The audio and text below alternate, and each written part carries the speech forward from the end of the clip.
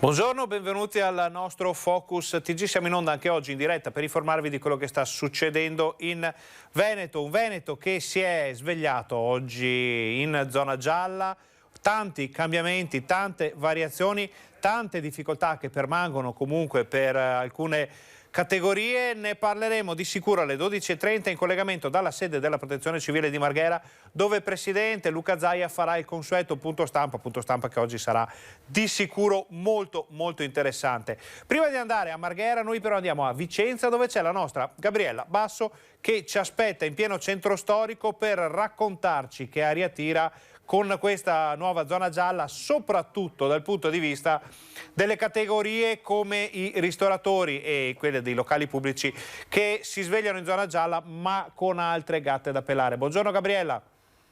Buongiorno a te Ferdinando e telespettatori di Rete Veneta, qui da Piazza dei Signori a Vicenza, dove tira effettivamente abbastanza vento frescolino.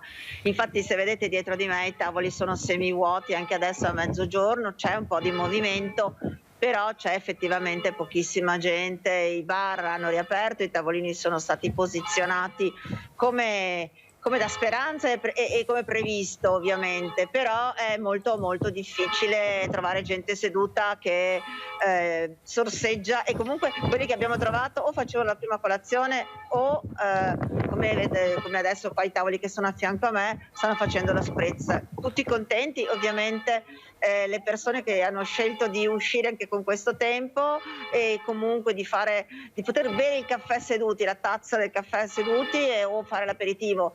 Per quanto riguarda invece baristi e ristoratori, diciamo che sono con le dita incrociate nella speranza in Giove Pluvio che li risparmi in queste prossime giornate di apertura. L'importante dice essere aperti sì, però attenzione che non sia di nuovo un tira e molla, perché allora a questo punto era meglio rimanere chiusi, perché le spese e i costi aprendo e chiudendo diventano veramente esorbitanti. Possiamo dire, Gabriella, come ha detto anche il governatore Luca Zaia nelle scorse ore, che è un tema di grande responsabilità per tutti, sia per gli avventori che per i gestori, per tutti i cittadini. Questo ingresso in zona gialla deve essere un'iniezione di responsabilità, perché altrimenti, visto che la campagna vaccinale si sta andando avanti, ma insomma deve ancora arrivare a quel livello che tutti speriamo di poter raggiungere presto con l'immunità di gregge o le categorie più delicate completamente coperte, il rischio è quello davvero di tornare indietro. Nessuno lo vorrebbe,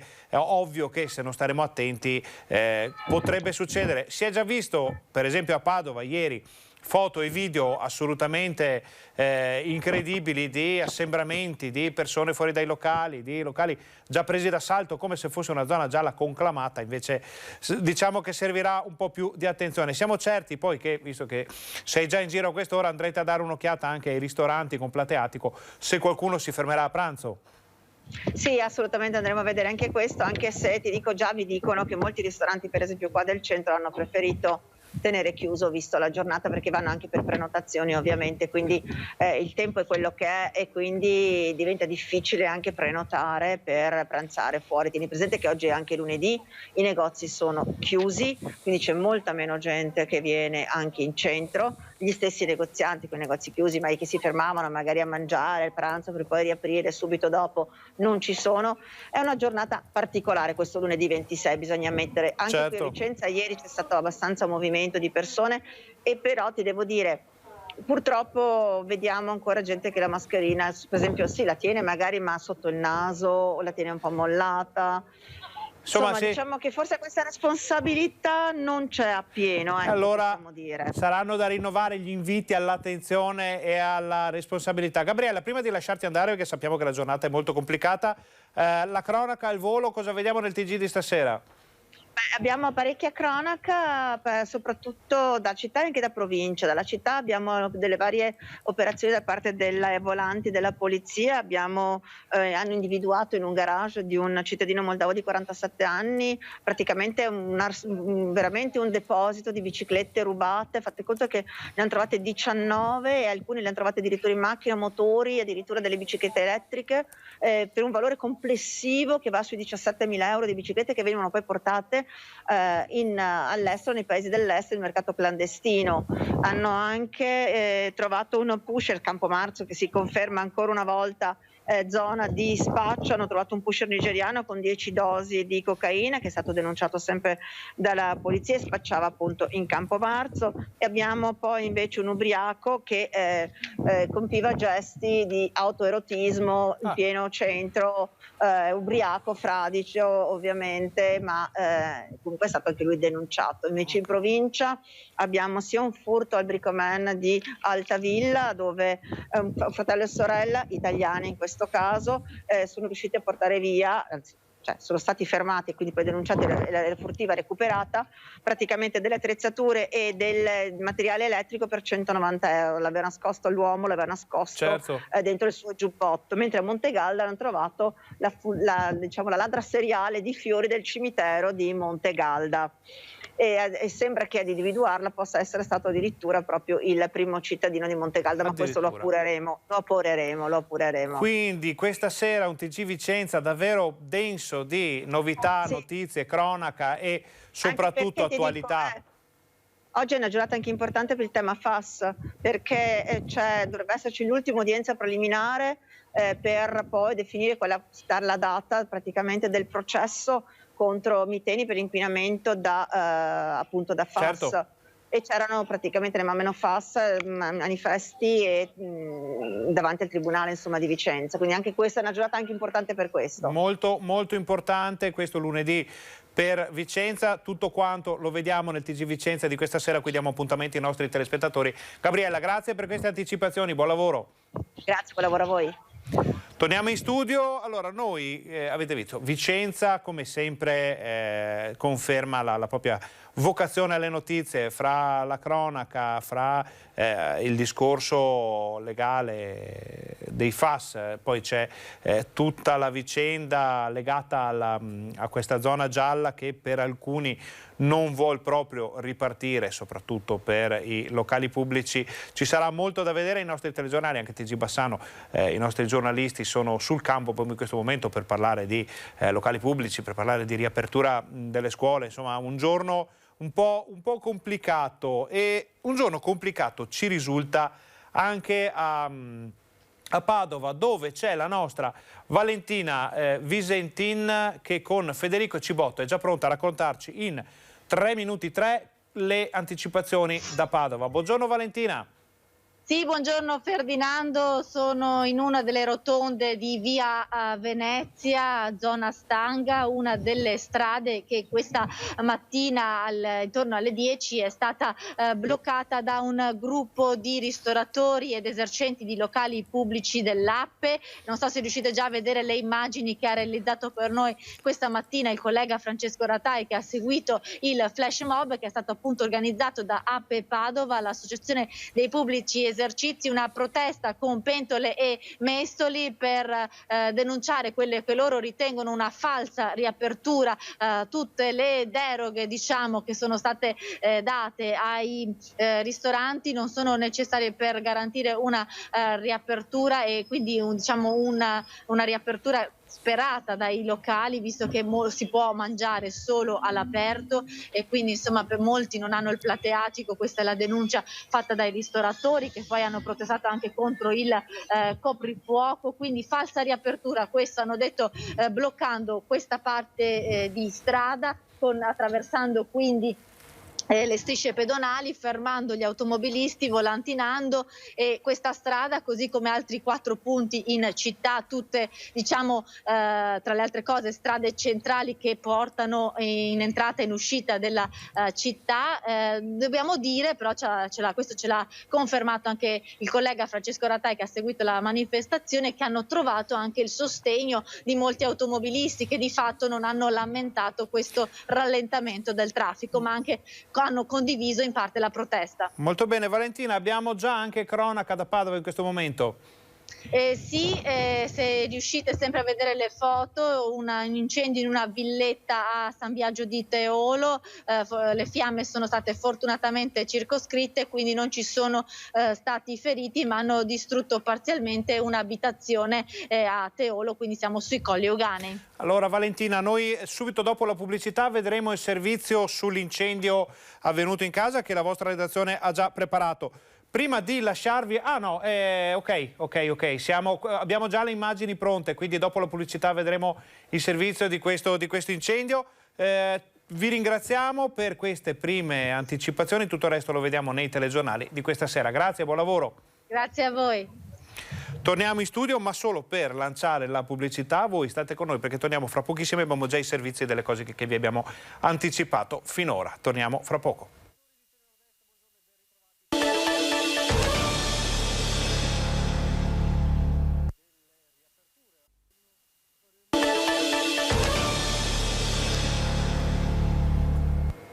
Buongiorno, bentornati al nostro Focus TG. Siamo in onda in diretta anche oggi per informarvi di quello che sta succedendo in Veneto. Abbiamo già sentito Padova e Vicenza, le due città di riferimento per questo nostro telegiornale. Le novità che riguardano anche la cronaca con furti e arresti di vario genere che vedremo poi nel TG Vicenza di questa sera, ma soprattutto oggi è la giornata delle riaperture o di quelle che vengono definite dai ristoratori le false riaperture, perché la zona gialla permette di poter mangiare fuori nei locali che hanno il plateatico naturalmente aperto a pranzo e a cena, ma con il coprifuoco che incombe, soprattutto con la stagione che incombe, è parecchio complicato gestire tutto ciò. Ne parleremo di sicuro con il governatore Luca Zaia fra un quarto d'ora in diretta qui su Rete Veneta, canale 18 e anche su Facebook, sulla nostra pagina Facebook, per fare in modo che chiunque possa vedere questa fase della nostra informazione. Allora, la nostra collega Valentina Visentin aveva lanciato il servizio di cronaca sull'incendio avvenuto questa notte, ieri sera tardi, a Teolo, e la redazione ha già confezionato il servizio. Eccolo. Notte in bianco e pesante conta dei danni per gli abitanti di una villetta di via Buora a San Biagio di Teolo. Alle 22:30 un incendio divampato da un'auto si è esteso alla tettoia, al garage e all'abitazione. Gravi danni alla rimessa e a parte della villetta. Tutta la casa ha subito danni da fumo. Nessuna persona è rimasta ferita. I pompieri arrivati da Abano e Padova con un'autopompa, un'autobotte e 7 operatori hanno spento le fiamme evitando conseguenze peggiori. Sono rientrati nelle caserme dopo circa 4 ore di lavoro. Entriamo in tema riaperture, zona gialla e difficoltà che molti stanno vivendo e difficoltà che potrebbero aggiungersi nei prossimi giorni. Ne abbiamo parlato con il prefetto di Padova, Renato Franceschelli, che avverte la vigilanza non si ferma. Non c'è nessun piano di attacco e nessun piano di controllo, c'è un lavoro continuo, giornaliero e costante che le forze di polizia, alle quali va tutto il mio apprezzamento, le polizie municipali, fanno ormai da mesi e che ovviamente continuerà anche nei prossimi giorni.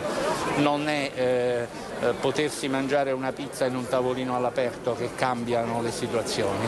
La pizza ce la potremo mangiare da lunedì, però dovremo mantenere quelle regole di distanziamento e su questo le forze di polizia dovranno ovviamente concentrare la loro attività. Non saranno più magari a controllare l'uscita dal comune, l'ingresso del comune, che oggi non è più limitata, ma si controlleranno queste cose. Quindi tutte le forze di polizia disponibili sul territorio, quelle a competenza generale, Polizia, Guardia di Finanza e Carabinieri, oltre le polizie locali, lo sono, lo erano ieri e lo saranno anche domani impegnate. E di questi temi parla anche il governatore Luca Zaia nella lettera che ha scritto ai Veneti in occasione del 25 aprile, in cui parla di responsabilità per non tornare nell'abisso. Siamo su uno spartiacque e da domani la responsabilità di ciascuno sarà fondamentale per non ritornare nell'abisso dell'epidemia. Il presidente della regione Luca Zaia scrive una lettera ai Veneti in vista delle riaperture di domani per lanciare un forte appello alla coscienza dei cittadini nel rispettare le regole anticontagio che ormai tutti conosciamo e che valgono, ricorda Zaia, come un lockdown. Siamo chiamati ad una coabitazione intelligente e ragionata con il virus, finalizzata ad uscire definitivamente da questo incubo, scrive Zaia. A ben guardare, sono soltanto 2 gli scenari che abbiamo di fronte. Il primo è di accompagnare la società fino alla totale remissione del contagio, grazie al rispetto di poche semplici regole e alle vaccinazioni. Il secondo ha i contorni di un ritorno nell'abisso dell'epidemia, nella fase più buia della reinfezione. Nessuno ha in mano la sfera di cristallo per dirci con esattezza quale sarà il futuro che attende l'Italia ed il mondo. L'attenzione deve continuare ad essere massima. Ecco dunque che in questa lettera del 25 aprile il governatore si rivolge in particolare ai ragazzi che sono coinvolti su più fronti, in primis quello scolastico, e gli chiede di vigilare su tutte le forme di aggregazione all'aperto e di tenere sempre la mascherina correttamente indossata, perché se ad oggi pare che questo virus non abbia esiti sanitari particolarmente pesanti per la fascia più giovane della popolazione, è pur vero che i ragazzi costituiscono comunque una catena di trasmissione importante con esiti spesso assai pericolosi. Il sacrificio e l'attenzione che vi chiedo, conclude Zaia, lo dobbiamo ai nostri cari, ai veneti e al Veneto, e da questo virus, come la nostra storia ci insegna, ne usciremo. Pare che siamo arrivati a un momento molto delicato dopo zone arancioni, zone rosse di vario genere, un momento con una zona gialla dalla quale nessuno vorrebbe tornare indietro. Lo dicono tutti, l'ha detto Zaia, lo dicono i sindaci, lo dicono tutti gli amministratori, ma anche insomma il buon senso dice bisogna prestare la massima attenzione, perché un passo falso adesso potrebbe costare davvero grave a tutta la regione, a tutto il Veneto. Ne parleremo con Luca Zaia fra 10 minuti in collegamento qui sul canale 18 per fare il punto della situazione in questo inizio di una nuova era, si spera, dopo la difficoltà dei mesi scorsi, alla quale va aggiunta la situazione dei vaccini. Subito dopo la pubblicità vedremo il report quotidiano della regione sui vaccini per capire se questa campagna vaccinale sta effettivamente prendendo lo slancio necessario per arrivare all'immunità di gregge, ma soprattutto a mettere in sicurezza anziani e persone fragili in tempi rapidi, oppure se ci vorrà ancora un po' di tempo. Non è un dettaglio, perché su questo si basa anche la possibilità di muoversi o meno nei prossimi mesi. Detto questo, noi facciamo una brevissima pausa pubblicitaria. State con noi perché torniamo fra pochissimo.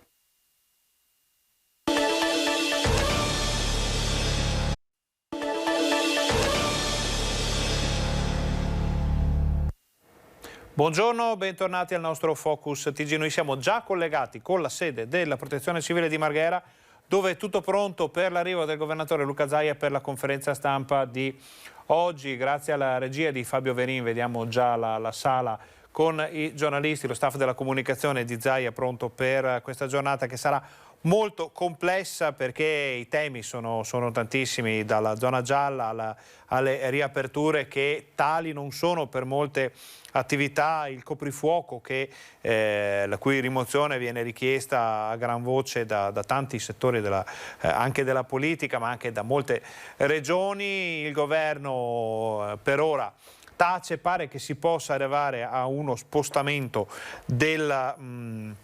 in avanti, forse di un'ora, forse più, del coprifuoco in tempi rapidi, se cambieranno le condizioni di base. Sappiamo che oggi il Premier Draghi parlerà alla Camera, sì, il discorso sulla Camera sul recovery, quindi su come verranno spesi quei famosi 200 miliardi in arrivo nei prossimi anni. È un momento molto delicato anche questo, perché il rischio che la coperta, pur essendo enorme, sia corta per alcuni settori è sempre forte, quindi le polemiche non mancheranno. Seguiremo tutto questo e ve lo racconteremo nei nostri telegiornali di questa sera. Allora, prima di andare a sentire le novità direttamente da Luca Zaia, vediamo le novità che ci arrivano dalla regione del Veneto. Anzi no, è arrivato il governatore un po' in anticipo, vi lasciamo.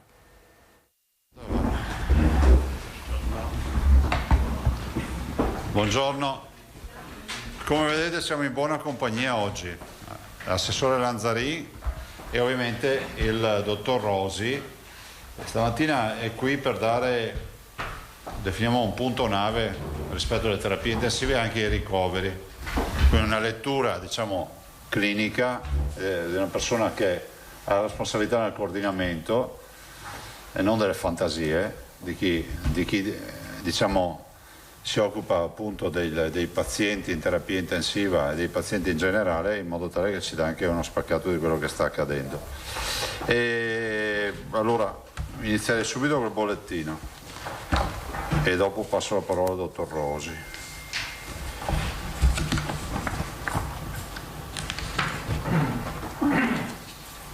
I tamponi sono esattamente molecolari 4.939.000, si tolgo a rotondo, diciamo, no? E i tamponi rapidi sono 4.256.000. In totale abbiamo fatto 9.195.000 tamponi ad oggi.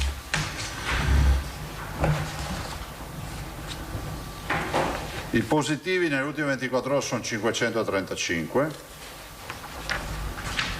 che rappresentano il 4,81% di 11.120 tamponi. Vi ricordo che siamo lunedì, quindi lunedì abbiamo sempre dei dati che non sono da prendere, diciamo, come dati precisissimi. Il numero dei positivi da febbraio è 408.365. Il numero dei positivi oggi in Veneto sono 23.507. Ricoverati totali 1.540, meno 19. Continua il calo dei ricoverati. I 1.540 sono così distribuiti: 1.325, meno 20, nell'area non critica e 215 più 1 nelle terapie intensive. Terapie intensive che sommate ai non Covid, che sono questi, fanno 473 in totale.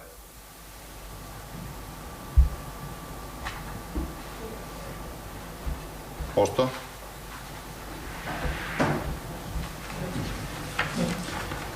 Totale dei morti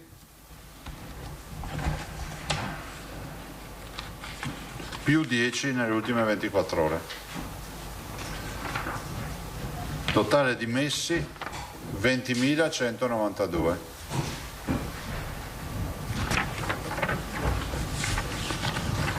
Alcune considerazioni prima di passare dopo la parola al dottor Rosi.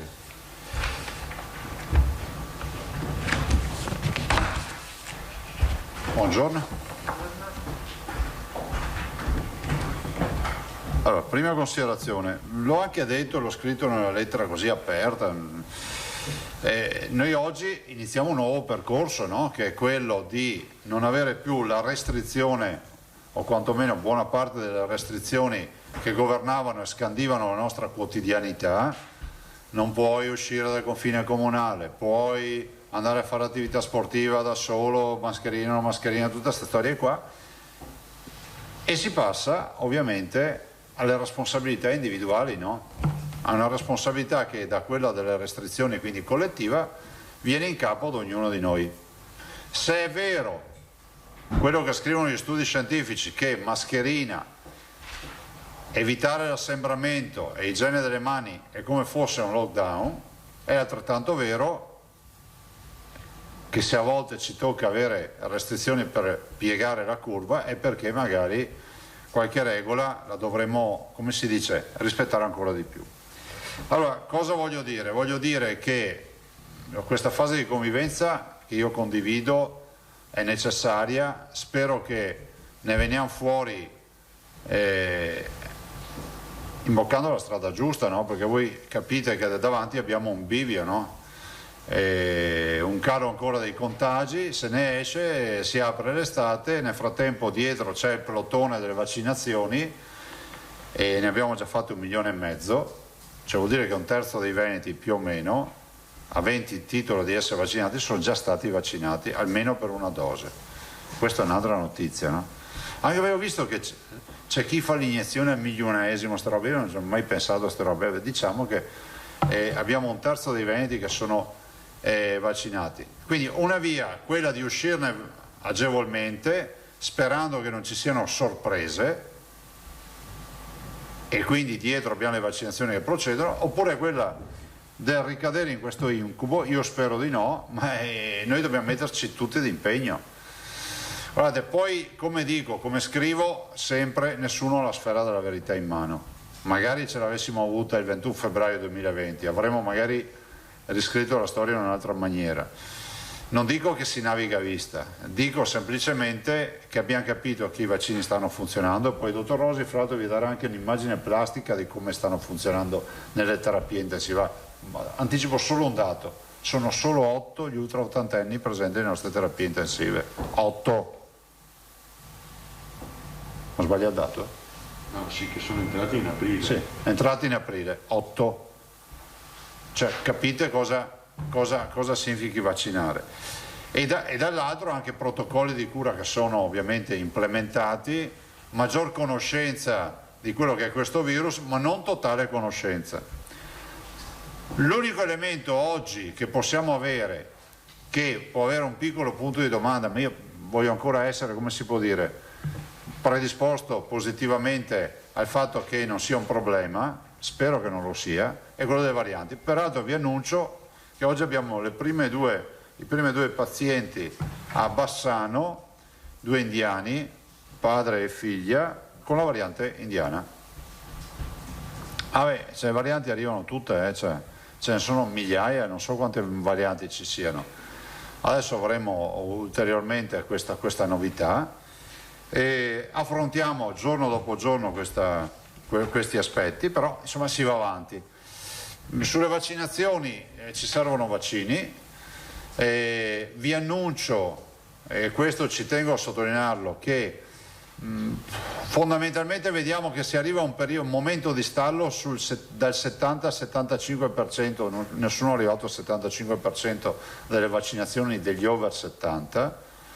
C'è la dottoressa Bonavina della 8 che è arrivata al 72%, si stanno un po' tutti avvicinando nei prossimi giorni al 65-70%, però dopo abbiamo verificato, già accade un po' in tante ULSS, che quel 30% che ci manca è tanto difficile da aggredire, perché non c'è disponibilità a vaccinarsi, perché c'è tutta una serie di motivi, per cui proprio per questo motivo, pur lasciando sempre aperte le agende agli over 70 e quindi anche agli over 80 e tutto quello che viene dopo andando in su d'età, da giovedì si vaccineranno anche gli over 60, da giovedì.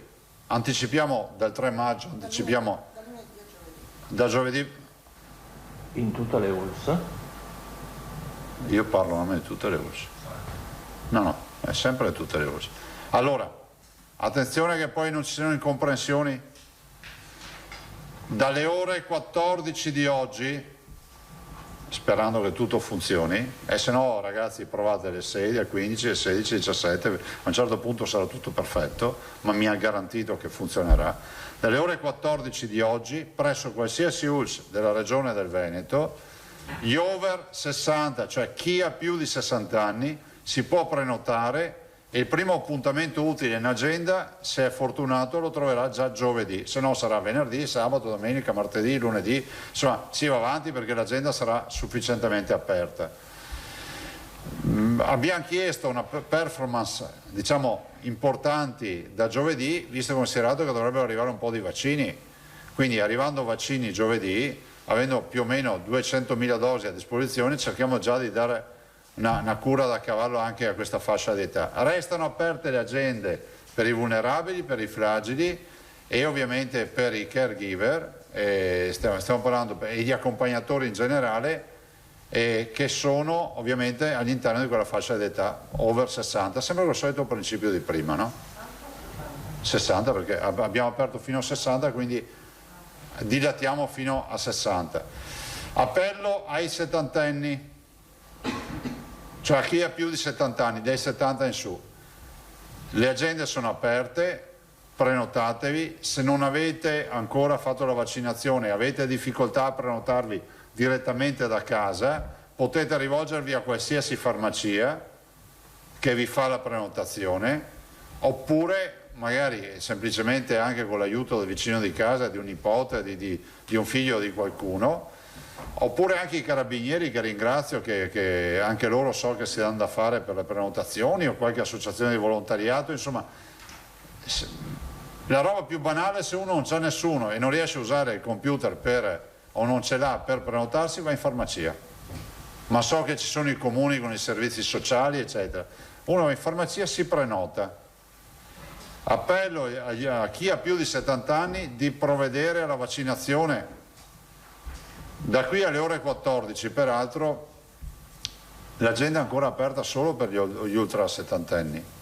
Dopodiché dalle 14 è ovvio che chi è rimasto indietro perché non ha voluto prenotarsi, perché guardate, ringrazio i sindaci, abbiamo utilizzato i sindaci, abbiamo utilizzato tutti i canali, eccetera. Ovvio che se qualcuno volesse prenotarsi si vaccinerà, però noi dobbiamo anche pensare alla nostra capacità vaccinale, che può arrivare a 30-40 mila vaccini al giorno se avessimo vaccini, e quindi dobbiamo aprire l'agenda, perché non è che possiamo stare lì fermi, bloccati, aspettare chi non arriva. Quindi abbiamo deciso di anticipare di qualche giorno. Quindi i dati che vi abbiamo dato l'altro giorno, venerdì, sono un attimo anticipati, diciamo che rispetto all'apertura delle agende di una settimana, perché era il 3 maggio e si anticipa ad oggi, rispetto alla vaccinazione sono 4-5 giorni prima. Speriamo, se arrivano vaccini, di performare ancora meglio e di anticipare ancora di più gli over 50. Il mio obiettivo massimo sarebbe di riuscire, non so se ce la faremo, vaccinare anche tutti gli ultra cinquantenni, cioè chi ha più di 50 anni. Attento, no, basta che tu scavalli quel... Grazie, eccola, perfetto, puoi tirare quanto vuoi. E gli ultra cinquantenni prima dell'estate, questo potrebbe essere un bel obiettivo, magari aprendo anche l'agenda dei 40-49. Insomma, stiamo correndo, e grazie per l'aiuto che ci darete, per l'appello ai settantenni di vaccinarsi, perché ad esempio l'ULS di La 3, quindi stiamo parlando della Serenissima, ha vaccinato il 48% di ultra settantenni, però ha già prenotato un altro 18% da qui a giovedì, per cui arriverà anche lei a una percentuale oltre il 60% di vaccinati, abbondantemente. Però insomma faccio appello ai settantenni che ancora non si siano prenotati, che si prenotino, e ricordo agli ultra sessantenni e che più di 60 anni, dalle ore 14 di oggi potete iniziare a entrare nel sito, andare in farmacia o farvi prenotare, perché da giovedì iniziamo anche con la loro categoria. Io non aggiungerei altro, lascio la parola per le domande. Oggi abbiamo fatto, come avete visto, quasi 19.000 vaccinazioni, abbiamo pochi vaccini e stiamo accantonando perché siamo terrorizzati sulla mancanza di arrivi, magari per i richiami, per cui stiamo un po' accantonando, ma siamo sempre la prima regione d'Italia per vaccinazioni. Tosato, cominciamo il giro, chi vuole intervenire? Buongiorno. Presidente. Qualche ragguaglio di più su questa comparsa della variante indiana? No, Si tratta di persone ricoverate all'ospedale. Indiani rientrati dall'India, sono cittadini di origine indiana, anzi indiani, rientrati dall'India, stiamo parlando dell'US di Bassan, della Pedemontana, e padre e figlia, variante confermata variante indiana dall'Istituto Zooprofilattico. Ho parlato stamattina con la dottoressa Ricci, il direttore. Non erano bloccati non ve lo so dire, i voli dall'India, no? Prego? Non ho capito, perché non vedo, sento parlare. Sì. Ah, non lo so, ma immagino che comunque, se per aver processato i tamponi oggi, chissà, sono giorni sono. Ecco, una cosa invece che riguarda il decreto in vigore. Sì. Ci sono ristoratori che chiedono cosa devono fare in caso di maltempo con i clienti all'aperto. Altri ristoratori di Bibbione stamattina hanno segnalato molte disdette legate al coprifuoco. Resta sempre in piedi questa possibilità di una revisione a metà maggio che si era ventilata? Guarda, noi da oggi ci troviamo ad applicare questa nuova legge, perché il decreto è una legge, no? E una legge sulla quale i governatori hanno fatto le loro osservazioni, che non sono state accolte. Adesso io immagino che il buon senso ci porti a dire che intanto immagino si vedrà la situazione e l'evolversi dell'infezione di questa pandemia nei prossimi giorni, nella prossima settimana, insomma vedere da qui a una settimana, 10 giorni dopo. Non ho ben capito se abbiano intenzione di fare un tagliando al decreto oppure se si vada a scollinare il 1° di giugno. Questo non è dato a sapere in questo momento. Come devono comportarsi i ristoratori in caso? Guardate, la legge fatta dal governo è chiara, cioè dice ristorazione all'aperto.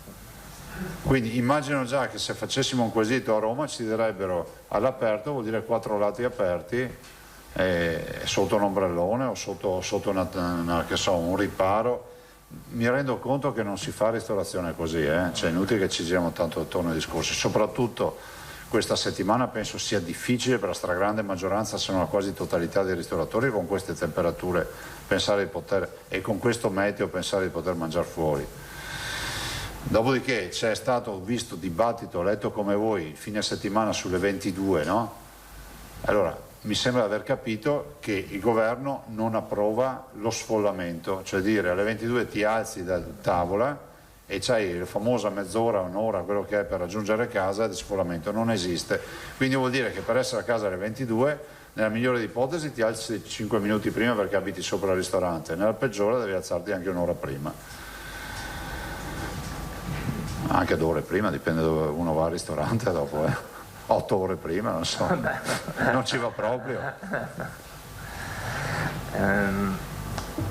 Un'ultima cosa. Prego. Questa sera andrà in onda una puntata di report riguardante la sanità del Veneto. L'elemento, diciamo, di critica, un po' di polemica di questa puntata, che per altri versi riconosce invece la bontà di tante iniziative e di tante operazioni del Veneto, si sostiene che nel periodo di novembre i positivi siano stati considerati asintomatici di default. Non sono in grado, cioè questa è una risposta, è una domanda che dovete fare a chi faceva questo lavoro, non è mestiere nostro. Guarda, non so, Report è una trasmissione che fa approfondimenti, che segue le tesi, giustamente fanno una trasmissione giornalistica, no?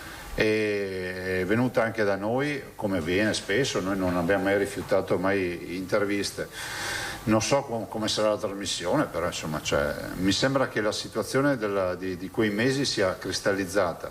Dopodiché ricordo, ma non mi riferisco a Report, che l'adagio di far pensare ai cittadini che la politica, che Zaia e Lanzarin decidano anche che farmaco fare iniettare per curare uno in terapia intensiva vuol dire proprio essere di Lazzaroni, ripeto, ma non mi riferisco a Report, che sia chiaro, perché allora si faceva passare l'idea che qua 2 persone decidevano anche quante pasticche dare a qualcuno. Avete un medico, poi il dottor Rosi, chiedete se la politica poi, anzi non deve proprio, cioè noi non è che giriamo dicendo che le terapie intensive si gestiscono così, i positivi. A me arriva il bollettino, devo dire, non so neanche chi lo scrive il bollettino, tanto per avere un'idea. Cioè, la macchina, queste sono attività dei dirigenti, non nostre.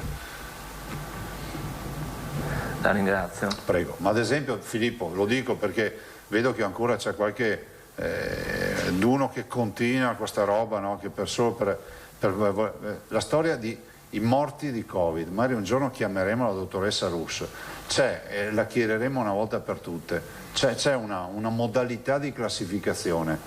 Io l'ho sempre detto, quella è la legge che era prevista, dopo uno può contestarla, ma non pensare che sia la regione che decide di gonfiare le tabelle perché abbiamo le strategie, dobbiamo rendere conto a quelli sopra di noi che hanno da divorare i cervelli delle persone. C'è una legge nazionale, anzi penso siano delle linee guida, e anzi inviteremo la dottoressa Russo, che è colei che poi scrive le circolari e vi spiegherà, perché se la chiedete di spiegarla a me non sono in grado di spiegarvela, perché non compete a me a stare lì a fare la classificazione del morto Covid o non Covid. E la chiariamo anche questa per la milionesima volta. Vedo che c'è ancora chi scrive che è tutta una strategia, vabbè. Sì, infatti viviamo le strategie qua.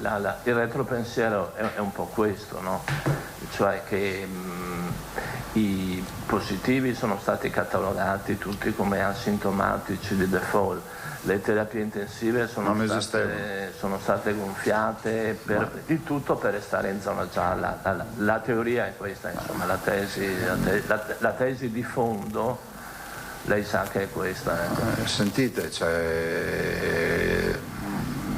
premesso che tutti questi dati non competono a noi ma competono ai dirigenti, vuol dire accusare i dirigenti. Fatto, ok? Posto? Grazie. Boh. Guidone, Radio Wellness. Buongiorno Presidente. Buongiorno.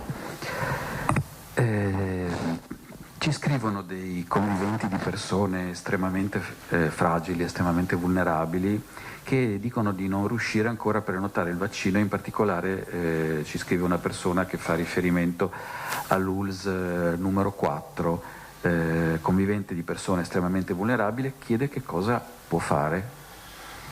Prego. Allora, per i conviventi degli estremamente vulnerabili non sono tutti i vulnerabili, perché noi abbiamo 200.000 vulnerabili circa, con chi ha problemi respiratori, chi ha problemi cardiocircolatori eccetera.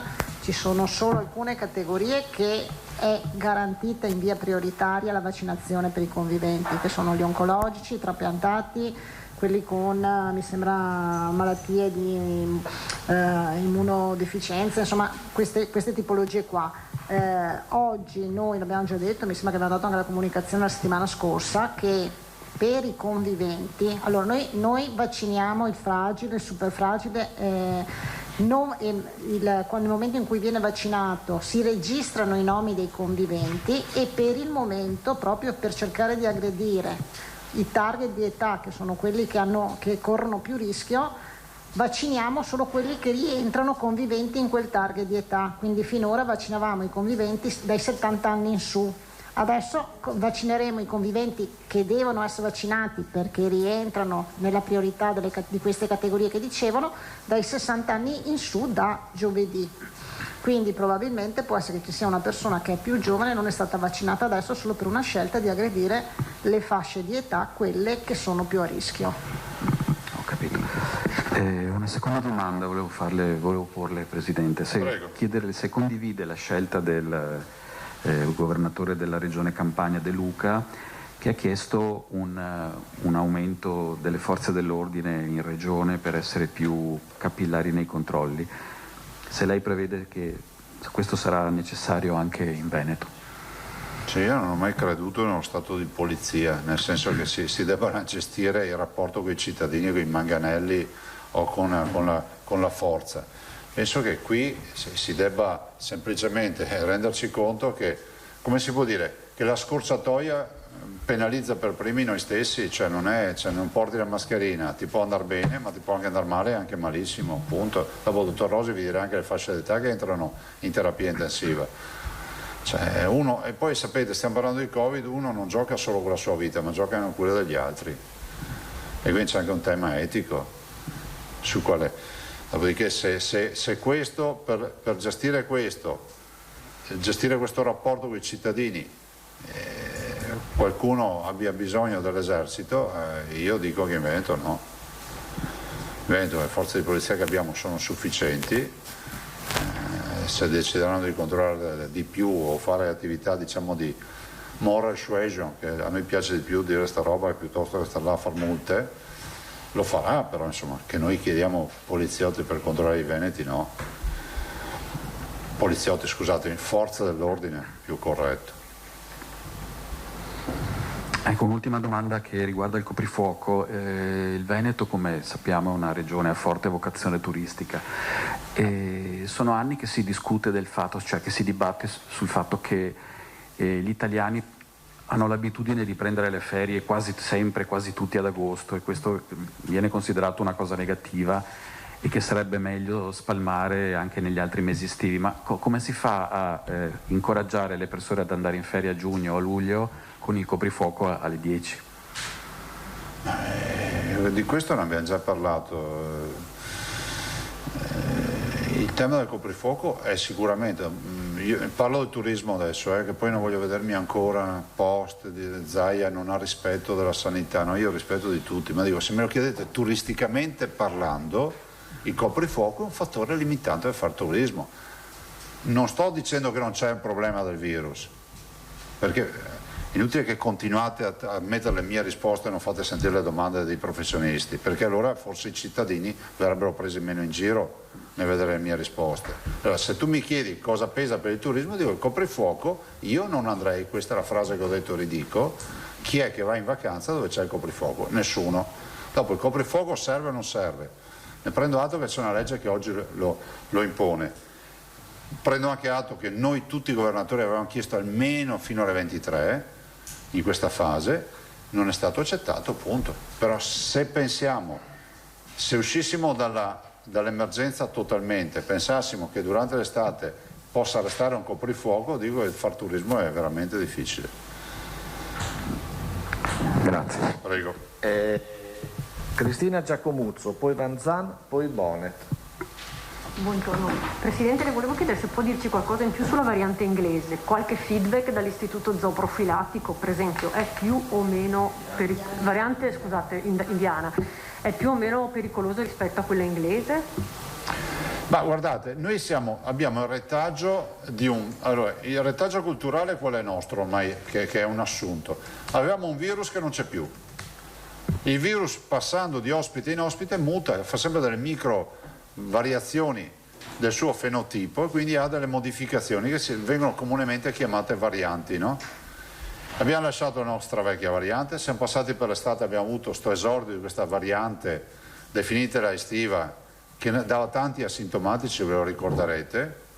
Poi abbiamo iniziato l'autunno e lo spauracchio dell'autunno, il terrore dell'autunno è stata la variante inglese. È passata anche la variante inglese perché ormai è ubiquitaria. Adesso c'è questo esordio della variante indiana. Cioè, la domanda che si fa la signora Maria, che è quella più giusta, è dire: ma ogni variante è una volta un'occasione nuova per infettarsi? Punto di domanda. Questo lo dovete chiedere agli esperti che si prodigano dei consigli tutti i giorni. Questa è la domanda che rispondo. Ogni volta che c'è una variante, a me sembra di no. Prima roba. Seconda roba, ma davanti alle varianti i vaccini rispondono? A tutt'oggi sembra di sì. Terza domanda, i test che facciamo riconoscono le varianti? A tutt'oggi sembra di sì. Ricordo agli attenti che ho sempre detto a tutt'oggi. Queste sono le cose che gli scienziati devono dire ai cittadini. Allora, noi che siamo dall'altra parte della barricata con i cittadini, siamo chiamati a gestire la sanità e noi stiamo gestendo la sanità. Al momento non ci sono allerte rosse, non c'è niente, stiamo cercando di accompagnare la situazione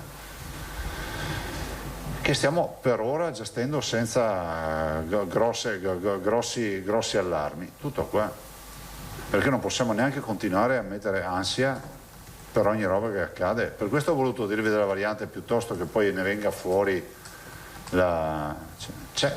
stamattina c'è stata comunicata senza tanta ansia, abbiamo anche l'inglese, ma poi avremo anche la sudafricana, tutto quello che arriva passa. No, ho verificato, non sono in ospedale, sono in isolamento a casa, quindi non sono in condizioni da essere ricoverati, quindi sono in isolamento fiduciario a casa, USL Pedemontana, distretto 2. Quindi con i sintomi ma non gravi. Vi ricordate a dicembre quando ci fu la famosa selezione delle 8 varianti in Veneto, che tutti dicevano ma Zaia tira fuori queste robe per le scuse? Sì, ho capito le scuse, però la verità è che è accaduto che 5 erano nazionali ed erano sul database nazionale, 5 varianti, 3, una era l'inglese e 2 erano tipicamente venete. Ad esempio, se tu vuoi studiare una roba, io dico sta roba di queste 2 varianti venete, che storia avevano? Noi abbiamo fatto quello che potevamo fare, però i nostri dati veneti, tramite lo zooprofilatico, sono tutti caricati nel database nazionale, perché poi è un momento di scambio, no? Per vedere. Vi posso anche aggiungere che ci sono altri 2 pazienti, peraltro in valutazione sempre per variante inglese, hanno delle modificazioni che scusate, variante indiana, hanno delle modificazioni che potrebbero ricondurre a questo, ma ancora non sono chiari. Sempre lì nella zona? No, non sono indiani. Però sono... Sì. E sono in zona? Sì, no, non sono a Bassano, non c'entrano niente, no. Ma guardate, penso che andremo, se ne sono due, questo virus ci ha insegnato che ormai ce ne sono molti, se ce ne sono già due. Una curiosità, padre e figlio sono tutti e due adulti? Padre e figlia. Padre e figlia adulti, tutti e due, ok, non sono minori. Parlando di vaccini, Figliuolo aveva dato la data del 29 aprile per arrivare a 40.000 dosi. Ci vogliono i vaccini? Bravo, infatti le volevo chiedere, lei diceva che già ce ne sono pochi, ci fa un po' quanti ne avete adesso, quanti dovrebbero arrivare in settimana, se c'è il rischio di rallentamento concreto da qualche parte, anche se si vuole aprire i sessantenni? Allora ne abbiamo 134.000 stamattina. No, sì, ma gli arrivi... gli arrivi sono 19.000 di Moderna che arrivano tra oggi e domani. No, oggi sono in viaggio. Sono già in viaggio. 10.000 di AstraZeneca tra oggi e domani e i 170.000, mi sembra che siano 170.000 di Pfizer mercoledì, quindi utilizzabili da giovedì. Per questo partiamo da giovedì con gli over 60.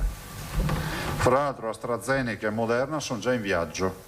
Quindi arrivano verso, mi ha mandato adesso il messaggio, ve lo dico in anteprima. 134 al magazzino. E 134 al magazzino questa mattina. Quindi sono già meno adesso che stanno vaccinando. Sono già arrivati di fatto.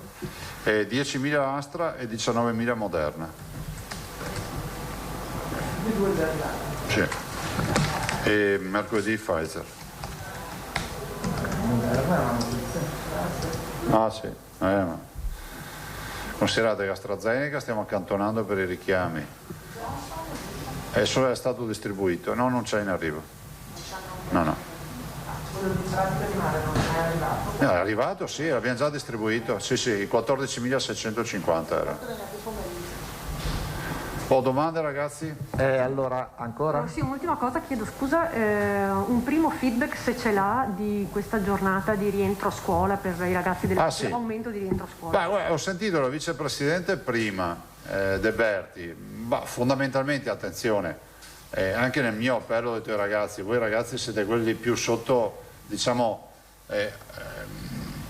pressione perché avete il tema della scuola, il tema dell'assembramento, il tema giustamente dell'uscita di casa, eccetera, magari in assembramenti nelle piazze, eccetera. Attenzione, fate attenzione, perché i ragazzi, lo vedrete dopo, clinicamente non rappresentano un'evidenza importante a livello di ospedalizzazione, però possono diventare dei vettori per i loro genitori, per i parenti più adulti, per i nonni, e questo è un tema. Allora guardate, noi la scuola di fatto vorrei ricordare che siamo passati, perché tutta questa grande modifica ci porta a dire che noi siamo passati dal 50% in presenza al 70% per le superiori, punto.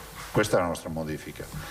Il vicepresidente De Berti ha detto che a parte un paio di criticità prontamente risolvibili, ha detto che tutto ha avuto evoluzione assolutamente sostenibile.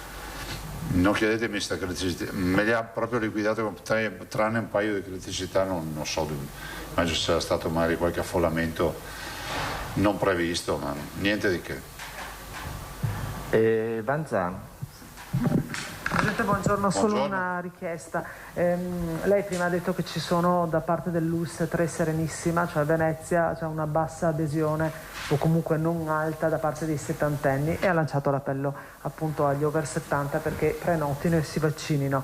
L'opposizione in Consiglio regionale sostiene che questo forse dipende dal suo atteggiamento di morbidezza e cita un sondaggio di Pagnoncelli dal quale risulta che soprattutto a nord-est c'è una, diciamo, titubanza o comunque mancata adesione alla profilassi, e soprattutto nel suo partito. Le chiedo, lei si sente responsabile di questa situazione?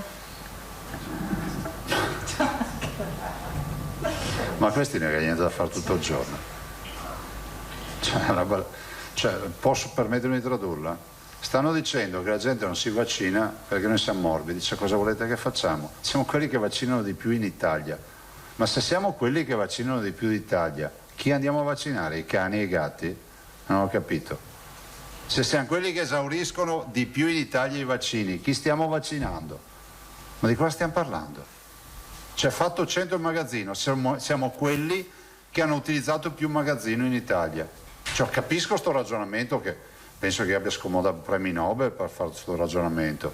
Capisco il ragionamento se uno dice, guarda, c'è il magazzino pieno di vaccini, siamo senza vaccini. Cioè, chi dovrei vaccinare, visto considerato che non ho vaccini? E che addirittura ho tentato di comprarli, e mi è stato detto sempre dalle stesse persone che era immorale comprarli, perché se li avessi presi quella volta, se ci fossero stati, perché ci metto 2 punti di domanda, oggi avremmo già chiuso le vaccinazioni dei veneti. Questa è la verità. Però a noi non ci no, guardate, la vaccinazione è volontaria, ognuno sceglie se farsela o no, perché tutti noi siamo artefici del nostro futuro. Il sistema dell'alibi, che è sempre la colpa del vicino di casa, non funziona qui. Dopodiché noi abbiamo messo nelle condizioni tutti i veneti, e lo rivendichiamo con orgoglio, di potersi fare velocemente, con oltre 60 centri vaccinali, la vaccinazione. Andate a vedere nelle altre regioni cosa c'è. E peraltro stiamo aprendo ancora altre realtà, no? Stiamo facendo un bel lavoro con i vaccini. Lo dice perfino il commissario Figliuolo. Benissimo, lei invece rispetto ai 70enni ai quali lancia l'invito, l'appello, prenotate la vaccinazione, che spiegazione si dà? Il dibattito di AstraZeneca ha pesato tantissimo in questa fascia di età, prima cosa in assoluto, perché vediamo addirittura, non in maniera importante, però c'è chi ha disdettato la prenotazione dopo gli eventi, e soprattutto abbiamo casi non significativi, da dire abbandoni importanti, però di chi al centro vaccinale torna a casa senza essersi vaccinato. Quando vede che è AstraZeneca? Sì. Avete dei dati, Presidente, in merito a questo fenomeno? Ho qualche dato di qualche ULS, dopo faremo magari anche qualche statistica. Di certo noi consideriamo che in questa fase potremmo dire che sistemata 70% si sarà vaccinato alla fine, 70% ci arriviamo. Dopodiché il mio appello che faccio a chi ha più di 70 anni di provvedere a vaccinarsi, magari dopo il dottor Rosi, che è titolato a fare questi appelli, magari darà anche un riscontro di cosa significhi non vaccinarsi in terapia intensiva o dopodiché la vaccinazione, ripeto, è volontaria, ognuno fa quello che vuole. Prego. Bonet. Sì, Presidente, vado veloce. Sul tema del virus indiano c'è l'India che hanno una situazione molto grave, e sia gli Stati Uniti che l'Europa stanno cercando di aiutare mandando vaccini.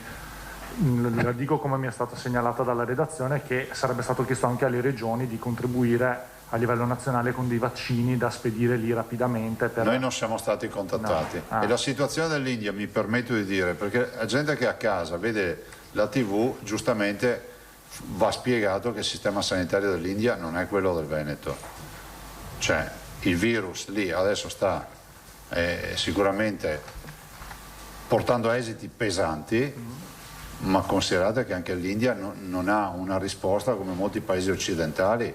Cioè, non sto criticando, dico che è un dato di fatto. Se in Veneto non avessimo avuto le terapie intensive, gli ospedali, avremmo una situazione che sarebbe diversa da quella che abbiamo oggi. Comunque dal Ministero non ci sono state richieste di rimodulazione dei piani. Nessuna. Okay. Poi, tema dei matrimoni, sì, molto specifica, ma ci sono delle regole per la gente che si vuole... No.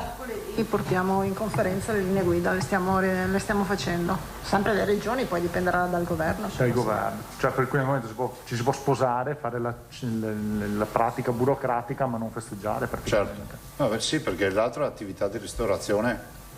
Okay. Cioè attività di feste.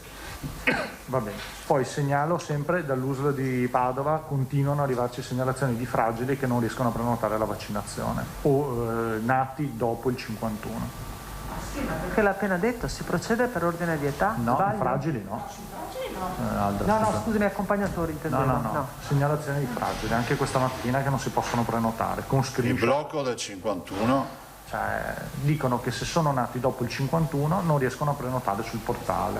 Io lo riporto. A noi risulta sbloccato. Magari dopo faccio vedere, perché mi hanno mandato anche lo screenshot della... Bene, l'ultima cosa, extra Covid, Recovery Fund, è riuscito a capirci qualcosa magari più di noi rispetto anche alle cose che potrebbero arrivare cioè, in di solito quando leggi sti tomi qua vai a cercare le tabelle e dici vabbè, mi oriento subito. Mi sono messo dell'idea che dovrò leggerlo tutto. Per il Veneto non abbiamo me lo sono stampato, ma ho visto ad esempio il ministro Franceschini mi ha segnalato un intervento su Biennale tra i famosi 14 interventi strategici della cultura nazionali, però cioè, è un cameo, nel senso che non ho altre informazioni di tutt'altro. Ho il piano, me lo sono stampato stamattina, lo dovrò leggere, però non ci sono neanche quadri sinottici nei quali puoi vedere partite, interventi. Siamo ancora nella fase, diciamo... No, siccome si è parlato di alta velocità, Padova, Vicenza, Verona, Brennero. Questo è un dato che voi sapete, oltre 6 miliardi di euro sull'alta velocità, che fra l'altro sia anche scritto, visto, no? Sì. E questo sembra sia confermato. Però non ci sono, cioè trovarlo lì all'interno con delle tabelle, diciamo, riassuntive è un po' difficile. Va bene, grazie. Prego.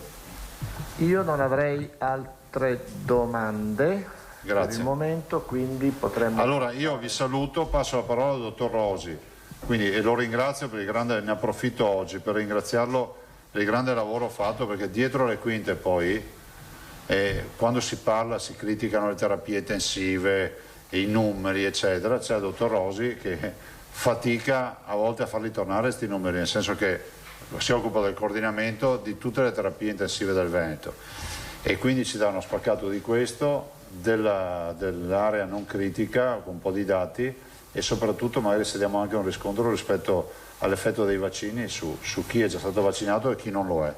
Grazie, buon lavoro. Prego, dottor Rosi. Grazie. I ringraziamenti vanno soprattutto al personale delle terapie intensive, ai medici, agli infermieri e agli operatori sanitari che in questi mesi hanno fatto uno sforzo immane per aprire tutti i letti che erano necessari. Io approfitto per una premessa. I dati che vi do io vengono direttamente dal monitoraggio in tempo reale dell'occupazione di posti letto, che è compilata dalle singole terapie intensive man mano che i posti si riempiono e si svuotano, e dai dati del SIA, che sono invece compilati da chi gestisce i pazienti in ospedale. Quindi quello che sostanzialmente voglio dirvi è che non c'è nessuna mediazione su questi dati, a noi arrivano i dati così come sono generati da chi gestisce i pazienti, non c'è nessun intervento di nessuno che li corregge prima di darceli e nessuno mi ha mai chiesto di modificare i dati reali, quindi quello che noi vediamo è sempre assolutamente trasparente ed è l'esatta fotografia minuto per minuto di quello che succede nei nostri ospedali. Questo sia per i pazienti, per il numero di posti letto di terapia intensiva e tutto quello che gli va dietro. Questo ci tenevo a dirlo perché evidentemente ogni tanto qualcuno questo discorso lo ritira fuori, ma posso anche dirvi che nessuno sul serio mi ha mai chiesto di modificare i dati e anzi neanche mai chiesto che cosa avrei comunicato prima che lo comunicasse. Perché prima c'è stato un accenno al fatto che qualcuno dice che diamo dei dati alterati, modificati, lubrificati, eccetera, eccetera. Ecco. Cioè lei sta rispondendo a report. Quindi i nostri, mettiamo ben chiaro che questi dati vengono così. Poi chi lo dice non lo so e perché lo dica non lo so. Però visto che questa cosa torna fuori ogni 15 giorni, ve la dico come la penso io, le cose stanno così e io comunque dati falsi non ne darei neanche se me lo chiedessero, ma ripeto, nessuno me lo chiederebbe mai. Non avevamo dubbi, dottor Rosi. Allora, situazione di oggi, abbiamo 187 ormai positivi ancora in terapia intensiva, rispetto ai primi di aprile sono 100 in meno, quindi abbiamo avuto un calo rapido di 1/3 dei ricoverati. I posti complessivi occupati sono 470, quindi anche qui sono scesi molto, che vuol dire che siamo quasi vicini a una condizione di numero di ricoverati ordinaria. Però questo non va letto così, perché siccome stiamo ripartendo con le attività ordinarie, Questo vuol dire che comunque dovremo lavorare con 100-150 letti in più rispetto a quelli che sono la dotazione standard dell'ospedale, quindi il carico di lavoro si è ridotto sicuramente, ma rimane una situazione di grande impegno, perché in questo momento, oltre alla sfida di gestire i pazienti Covid, c'è anche la sfida di recuperare il tempo perso per quei pazienti che sono stati rinviati perché non c'era disponibilità di sale operatorie e di posti letto di terapia intensiva. Quindi continua questa pressione. Per quanto riguarda la situazione, il confronto con la scorsa riapertura, che è stata a fine gennaio, è assolutamente uguale, quindi quando abbiamo riaperto le attività ci trovavamo in una condizione identica come posti letto occupati di terapia intensiva. La situazione quindi è abbastanza tranquilla, pesante ma tranquilla, quindi non abbiamo criticità per trovare posti letto di terapia intensiva, sia Covid che non Covid, però io continuo a sottolineare che quando parliamo di letti occupati che calano, non è che non ci sono più ingressi in terapia intensiva. Adesso non abbiamo ancora i dati di questo weekend, però fino a venerdì scorso gli ingressi mediamente erano di 10 pazienti al giorno in Veneto.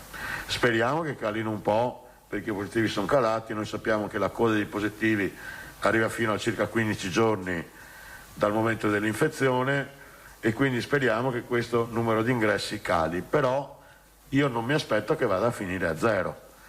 Quindi, come abbiamo avuto a febbraio, andremo intorno ai 4-5 ingressi. Quindi qual è il risultato? È che oggi i numeri sono in calo perché le uscite prevalgono sulle entrate, ma non è una situazione in cui stiamo smobilitando tutto, perché nessuno entra più in terapia intensiva. Il numero di pazienti positivi che vengono ricoverati è intorno al 4,5%, è un po' in discesa rispetto al 4,7 di marzo. Qui troverete numeri che possono essere diversi. Io mi riferisco quotidianamente a quanti pazienti entrano rispetto a quelli che sono i nuovi positivi, quindi nuovi ingressi su nuovi positivi, e la percentuale è comunque quella. E questo vuol dire che se abbiamo 1000 positivi, comunque quanto fa? 45. Bravo, ecco, 45 persone entrano in ospedale, e siccome il 10% entra in terapia intensiva, 4 o 5 a giorni alterni entrano in terapia intensiva. Come? Sì, su 1000 positivi. Oggi il dato è 1000 positivi, quindi quello che ci aspettiamo. Quindi non è che sì, siamo fuori dal lockdown, ma siamo in una situazione che continua a portarci nuovi ricoveri. Ritorno sul dato della suddivisione per fasce d'età di ricoveri di terapia intensiva.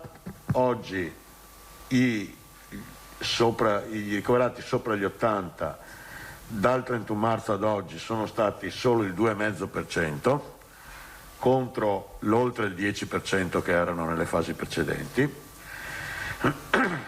e in particolare, come ricordava il Presidente prima, abbiamo avuto solo il 2% di pazienti over 80 nel mese di aprile. Questo vuol dire che nel mese di aprile sono entrati in terapia intensiva solo 8 pazienti, dal 1 al 26 aprile. E ricordate che parliamo di popolazione che è stata non completamente vaccinata con le 2 dosi, quindi parliamo dell'effetto di una vaccinazione parziale per alcuni. E qui c'è il primo commento da fare, perché è arrivato un segnale che qualcuno si dimentica di andare a farsi fare la seconda dose. Quindi il messaggio è: tutti gli anziani che hanno fatto la prima dose, hanno ricevuto l'appuntamento per la seconda perché gli è stato consegnato, devono andare a farlo. Un po' perché sennò si spreca anche la dose di vaccino, bisogna andare in cerca di un sostituto, ma soprattutto perché questi sono gli effetti. Gli over 80 stanno letteralmente sparendo dalle terapie intensive, e quello che ci aspettiamo è che succeda il mese prossimo la stessa cosa per gli over 70, e qui c'è la seconda parte del messaggio, che è: vaccinatevi anche tutti gli over 70. Io vi ho sempre parlato di mortalità elevata complessiva per i ricoveri, ma gli over 80 hanno una mortalità del 90% in terapia intensiva. Gli over 70 hanno una mortalità di oltre il 60% in terapia intensiva. Quindi la condizione è questa: sono ad alto rischio sia perché sono la percentuale più rappresentata nei ricoveri, cioè la percentuale più alta che ha conseguenze gravi dall'infezione, ma anche la percentuale che ha l'esito più infausto rispetto alle altre. Poi adesso è chiaro che la raccomandazione è per settantenni, è per i sessantenni perché sono cresciuti in percentuale. Oggi il 37% dei degenti in terapia intensiva ha tra 60 e 70 anni, e poi sarà anche per i 50-60 perché anche quelli sono il 15%, che non sono pochissimi, quindi anche questi la mortalità è un po' più bassa, però comunque spesso è una guarigione che lascia degli esiti a distanza, che richiede una convalescenza molto lunga, e quindi insomma non è una passeggiata neanche per i giovani questa cosa.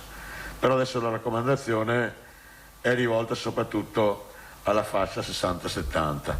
Prima vengano vaccinati e meno probabile che noi ci ritroviamo fra 15 giorni di nuovo con una ripresa dei ricoveri in terapia intensiva importante, al punto da comportare un nuovo aumento dei posti occupati. Sì, io ho sostanzialmente terminato, poi i numeri ovviamente. Bonet e altri. Sì, dottoressa, in questo senso forse non sarebbe stato meglio aspettare queste 3 settimane ancora prima di riprendere le aperture, cioè aspettare di vaccinare anche i 60-70 anni e poi procedere? Non si è forse un po' anticipato i tempi dal punto di vista sanitario, dallo sguardo del sanitario? Grazie. Non sono titolato per dare un parere autorevole in questo, però io penso una cosa, che alla fine, come diceva prima il Presidente, il problema sono le precauzioni individuali, perché abbiamo avuto continua ad avere anche durante il lockdown un numero elevato di pazienti che diventano positivi. Ora, siccome non si diventa positivi se si indossano le mascherine, si mantengono le distanze, vuol dire che quello che determina la maggiore diffusione sono i comportamenti individuali. Allora è chiaro che adesso, se un ragazzino va al bar con gli altri senza una mascherina e si infetta col Covid, la cosa importante non è tanto la sua infezione, perché lui sarà alla fine un numero di un infettato in più, ma il problema è che non lo porti a casa. Quindi alla fine la precauzione o la si rispetta rigorosamente sui contatti con gli altri, oppure bisogna adottarla in casa e proteggere quelli che hanno più di 50 anni. E allora magari il ragazzino che va a scuola, che fa la passeggiata, che magari si dimentica della sua mascherina, sarà bene che per una ventina di giorni la nonna la saluti dalla finestra invece che andandola a trovare. Quindi io non credo che alla fine sia indispensabile tenerci tutti in casa, perché torno a dire quello che vi ho già detto l'altra volta: in grandi realtà produttive dove ci sono migliaia di lavoratori tutti assieme alla stessa struttura non abbiamo avuto focolai importanti. Perché? Perché c'è un rigoroso rispetto del distanziamento, c'erano delle regole di convivenza, di organizzazione che impediva la diffusione del virus. Allora, se siamo riusciti a farlo in queste strutture al chiuso, con frequenti contatti tra le persone, vuol dire che con una strategia attenta e un rispetto alle regole si può fare dappertutto, anche con le riaperture. Io avrei Tosatto, Giacomuzzo, altri? Io volevo punzecchiarla un po' su qualche aspetto, se no c'è neanche gusto. Certo. Di nuovo, visto che lei è sensibile all'argomento della trasparenza nella trasmissione dei dati, la domanda le sembrerà così, insomma, una domanda scontata, ma lei non ha mai avuto la sensazione o il sospetto di di un edulcoramento dei dati nella fase più critica, magari per non spaventare la gente, magari per... Dei dati del Veneto? Sì. Assolutamente no, anzi vi dirò che in alcuni casi li abbiamo proprio sbandierati anche quando erano pessimi, proprio per far capire alla gente. Io ricordo che un giorno il Presidente mi ha chiesto di venire qui a dirvi chiaro e tondo qual era la mortalità in terapia intensiva. Qui non abbiamo mai minimizzato nulla, io non ripeto, i dati sono trasparenti perché li possono vedere tutti, così come si generano da chi li produce. Noi vediamo tutte le mattine i report che pubblica Azienda Zero in automatico, senza un intervento di un umano che deve filtrarli. Il computer li ributta fuori i dati che la mattina hanno messo dentro nelle varie URSS.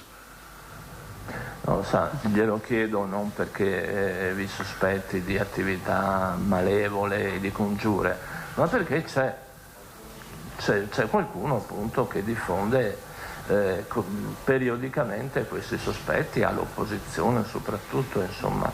Per esempio, vecchia storia, le terapie intensive dichiarate, quelle effettivamente operative e attive, anche lì è una cosa. Anche questo ve l'ho chiarito, vi ho chiarito che con i genefattori siamo stati in tutti gli ospedali, in tutte le aziende, a vedere le mappe e a vedere dove stavano messi i singoli letti.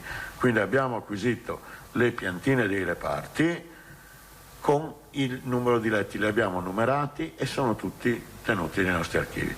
Poi ve l'ho sempre detto che attivare 1000 letti, gestirli con i malati dentro, voleva dire un riaggiustamento, una riorganizzazione della rete ospedaliera, che voleva dire che non si faceva nulla a parte l'emergenza e a parte che trattare il Covid. Questo non l'abbiamo mai nascosto, è sempre stato detto esplicitamente, ma i letti ci sono.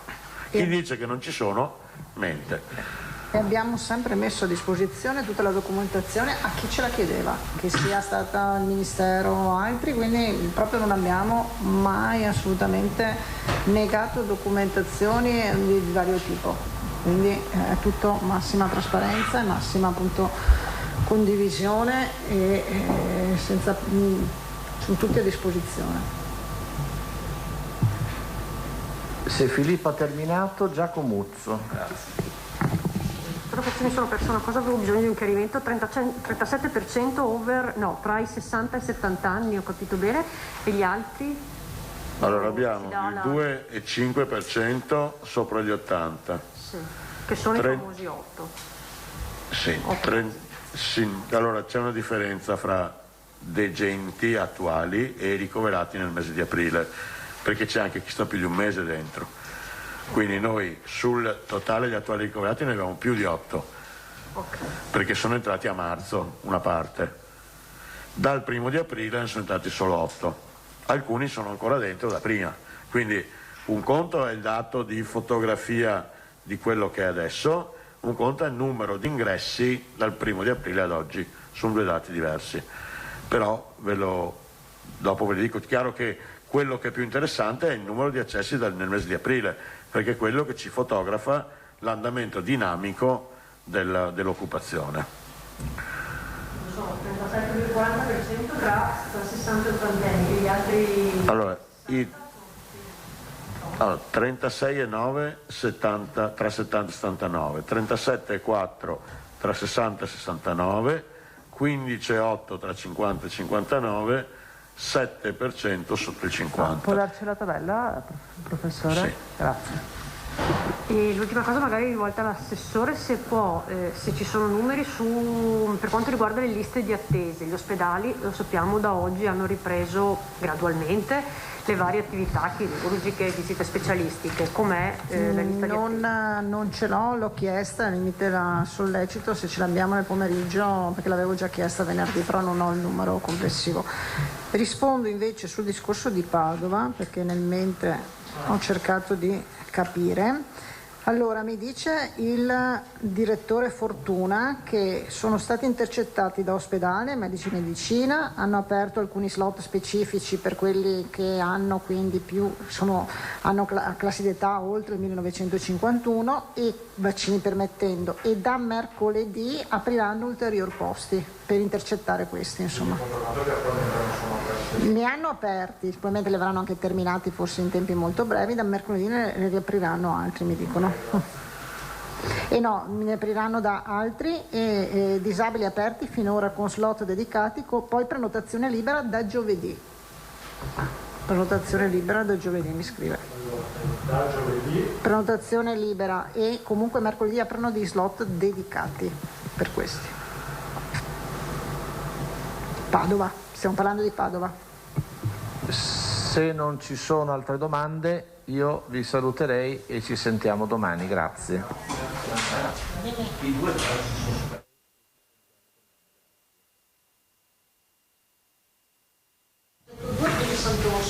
Quindi la parte del non quelli in Islanda, no, pensavo quelli lì che dicevano che non avevo visto distretto 2 con il di San Rosso, ti dico il comune che creiamo solo sui giornali.